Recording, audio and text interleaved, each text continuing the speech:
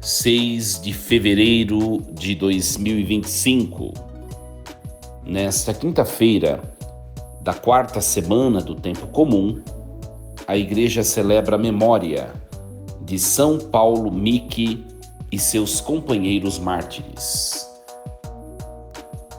Em nome do Pai, do Filho e do Espírito Santo. Amém. Meus queridos filhos e filhas, muito bom dia. Vos saúdo com a paz de Jesus. Que alegria nos encontrarmos nesta quinta-feira. Hoje nós celebramos São Paulo Miki, seus companheiros mártires. Sintam-se bem acolhidos. Antes de nós refletirmos a liturgia de hoje, o texto da primeira leitura que a igreja nos propõe, é sempre importante pensarmos um pouquinho na vida desses santos que nós celebramos hoje. São Paulo Miki viveu no século XVI, nasceu no ano de 1564.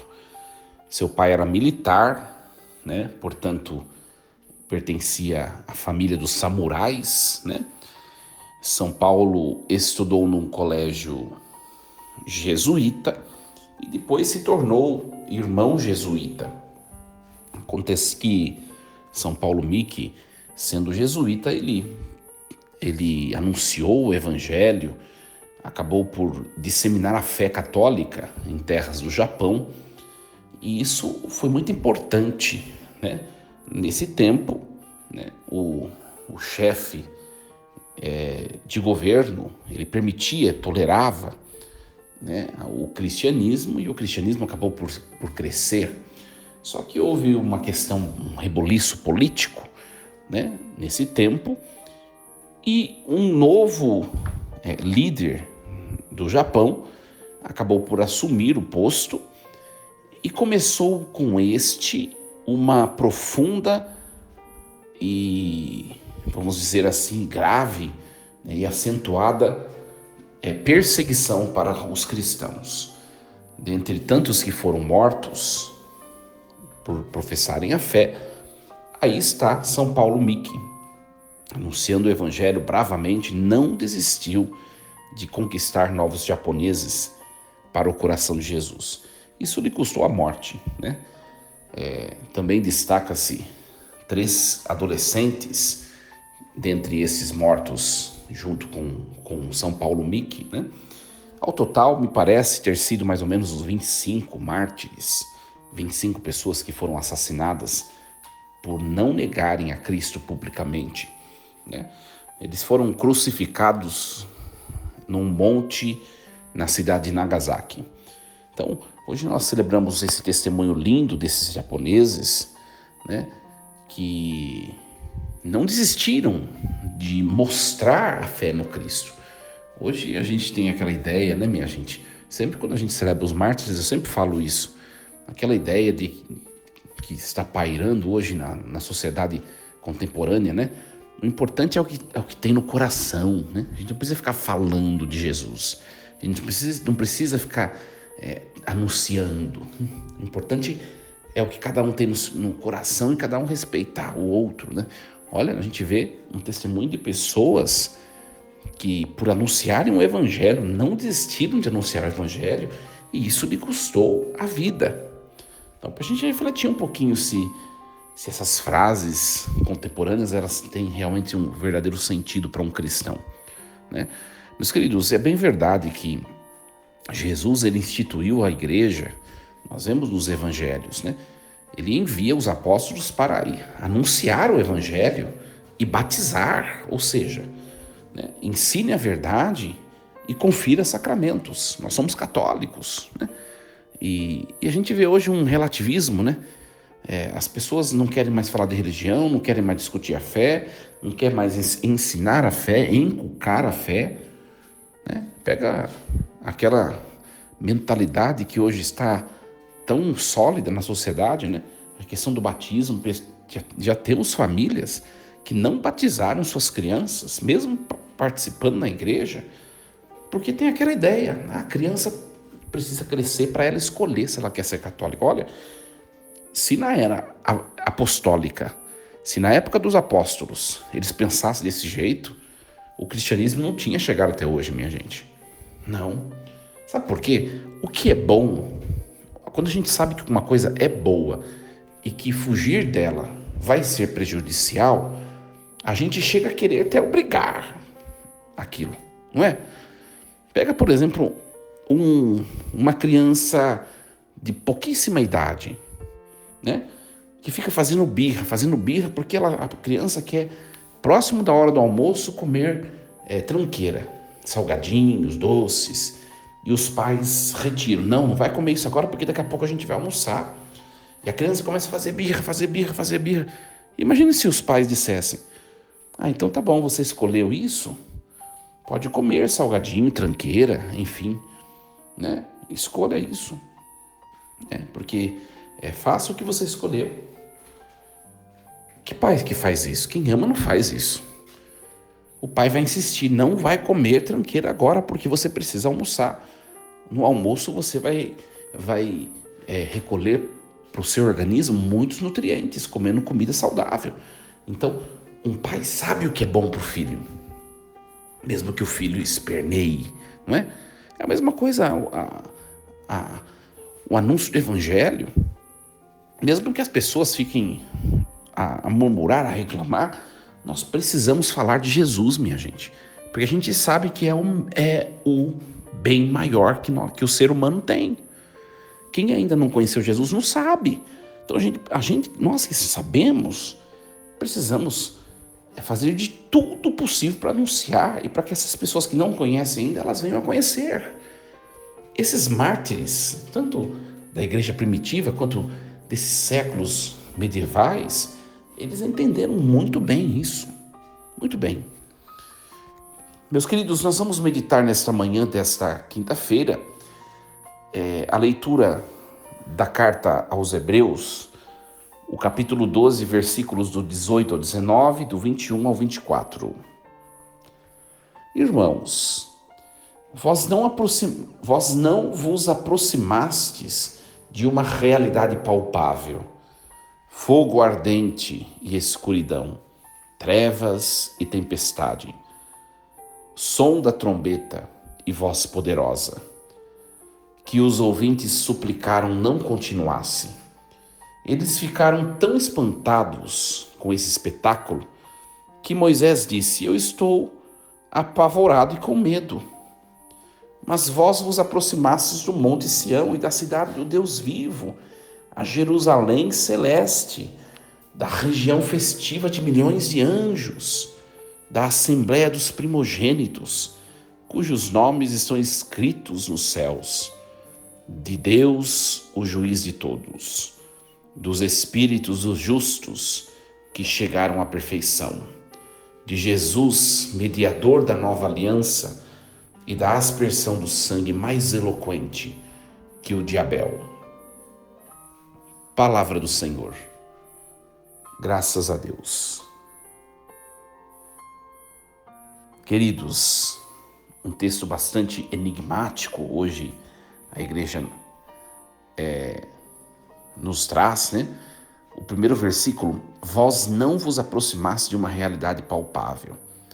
Aqui, meus queridos, o autor da carta aos Hebreus está dizendo, e com essa frase a gente consegue esgotar tudo que vem depois, né?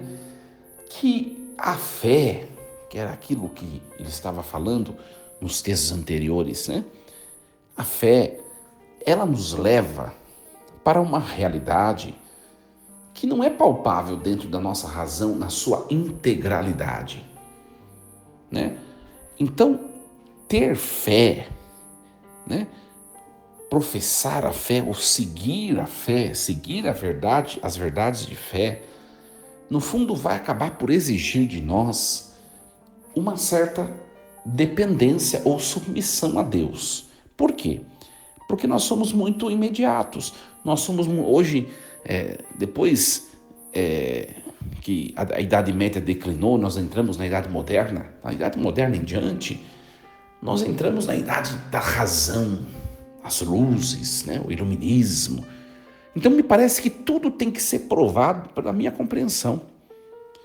E quando nós falamos de fé, nós falamos daquilo que vai além da nossa compreensão. Que é isso que o autor da carta aos Hebreus está falando. Vós não vos aproximasse de uma realidade palpável. Então tudo que nós estamos falando é algo que vem de Deus e que não pode ser abstraído segundo a nossa razão. A gente tem que entender isso, né? Tem pessoas que têm muita dificuldade de viver a fé na prática religiosa, nas devoções. Sabe por quê?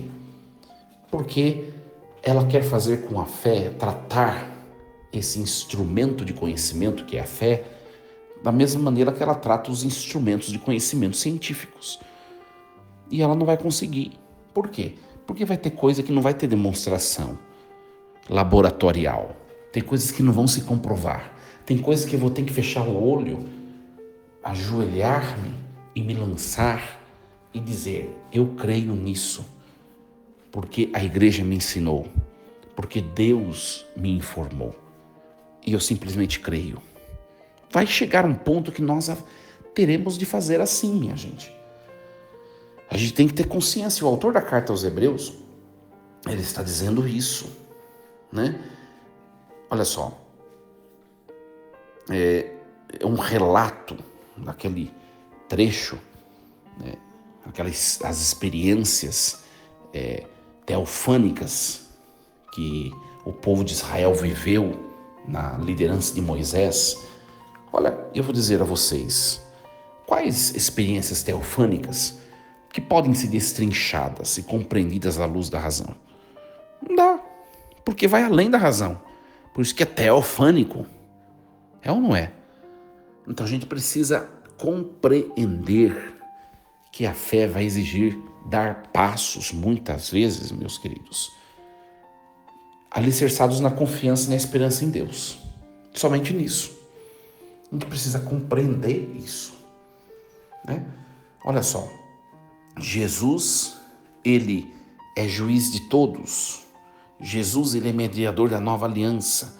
Jesus, ele aspergiu o seu sangue, sangue o qual não existe mais eloquente. Olha só. E vai pregar uma coisa dessas para aqueles que estão, né, com a fé ou com a esperança tão frágil e tão fracassada, né?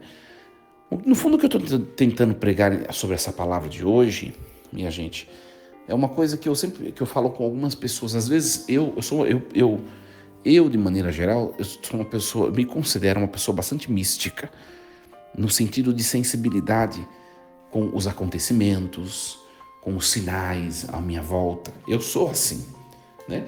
E às vezes eu tenho algumas sacadas, alguns insights assim, que eu nem comento com qualquer pessoa. Por quê? Porque as pessoas hoje tudo tem que se provar. Porque para as pessoas tudo, isso aí não tem nada a ver, isso aí é mentira, nada, né? Então, outro dia eu falei do poder, eu comentei com uma pessoa, outro dia não, faz tempo, né? Outro dia, era um padre, inclusive, né? Eu comentei com um padre a questão dos condicionamentos da mente, né? E nós sabemos, né, numa perspectiva psicológica, né, ou psíquica, que a mente ela é muito determinante naquilo que eu vivencio, que eu vivo, naquilo que se torna a minha realidade. A mente, o que eu penso, o que eu sinto, as minhas aspirações, os meus ideais, eles são determinantes, né? E outro dia eu estava comentando sobre isso, e aí um padre, para quem eu estava comentando, falou, deixa se você ficar apertado com vontade de ir no banheiro e você tá longe da sua casa, aí ele tá longe de casa, aí ele falou, coloca no seu pensamento e você vê se você consegue, né? Fica pensando para ver se vai aliviar. No fundo ele rechaçou essa ideia, né? Com uma proposição estritamente racional. Acontece, minha gente, que por detrás dos acontecimentos estritamente racionais, por detrás dos acontecimentos plausíveis, né, esperados na nossa rotina, no nosso dia a dia, existem eventos espirituais que estão a nos tocar. A gente precisa saber disso, né? E esses eventos, eles são condicionados por forças espirituais, seja Deus, os santos, os anjos, ou seja, os inimigos de Deus. A gente tem que ter consciência disso. Consciência disso. Então, é uma palavra bastante bonita e um convite a você, a partir de ouvir essa palavra de hoje. Hoje, nesse dia, nessa quinta-feira, procure ficar um pouco mais atento nos sinais que vão bater à sua porta, que vão acontecer com você ou com as pessoas que estão à sua volta. Seja um pouco mais sensível, né? Pergunte para Deus os porquês e os praquês de alguns acontecimentos, né? Comece a enxergar a vida um pouquinho de maneira mais mística, né? Olha, aconteceu isso, um pedido de Deus para que a gente para que a gente mude a rota, para que a gente mude o nosso caminho. Olha, Deus chamando alguma coisa. Olha, Deus no seu... É importante fazer leituras espirituais da vida e dos fatos. Faça essa experiência hoje. Você vai percebendo,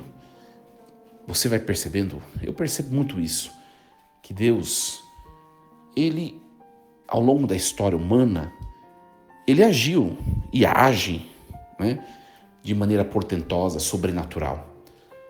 Mas o deleite de Deus, o prazer de Deus, está em tocar os sinais mais simples, né, e mais imperceptíveis. Deus, ele pode ser percebido nas coisas simples da vida. E a gente precisa tomar consciência disso, minha gente.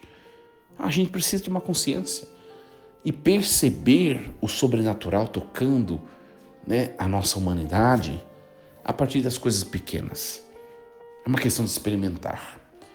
Que Deus nos ajude e hoje peçamos a intercessão desses mártires, dentre eles São Paulo Mick, que interceda por nós, sobremaneira, para que nós sejamos fortes. Hoje, infelizmente, a gente vive numa geração de gente muito fraca, muito frágil. Sabe, minha gente, aonde a gente convive, a gente vê gente frágil, fraca, não somente estruturalmente ou fisiologicamente, mas espiritualmente, psiquicamente. Sabe, hoje a gente vive num século, sabe, das pessoas do mimimi, das pessoas de tudo fere, tudo machuca, tudo é não sei o quê, sabe? Cadê aquela austeridade das pessoas que, como nós vimos lá nos nossos avós, pessoas fortes, pessoas que não eram qualquer coisa que baqueava, não, né? Peçamos ao Senhor, pela intercessão desses mártires, que nos ajude a sermos fortes, né? Decididos, firmes, como eles foram. Que o Senhor nos ajude. Força e coragem, em nome do Pai, do Filho e do Espírito Santo. Amém. E lembremos-nos sempre, Deus está no comando de tudo.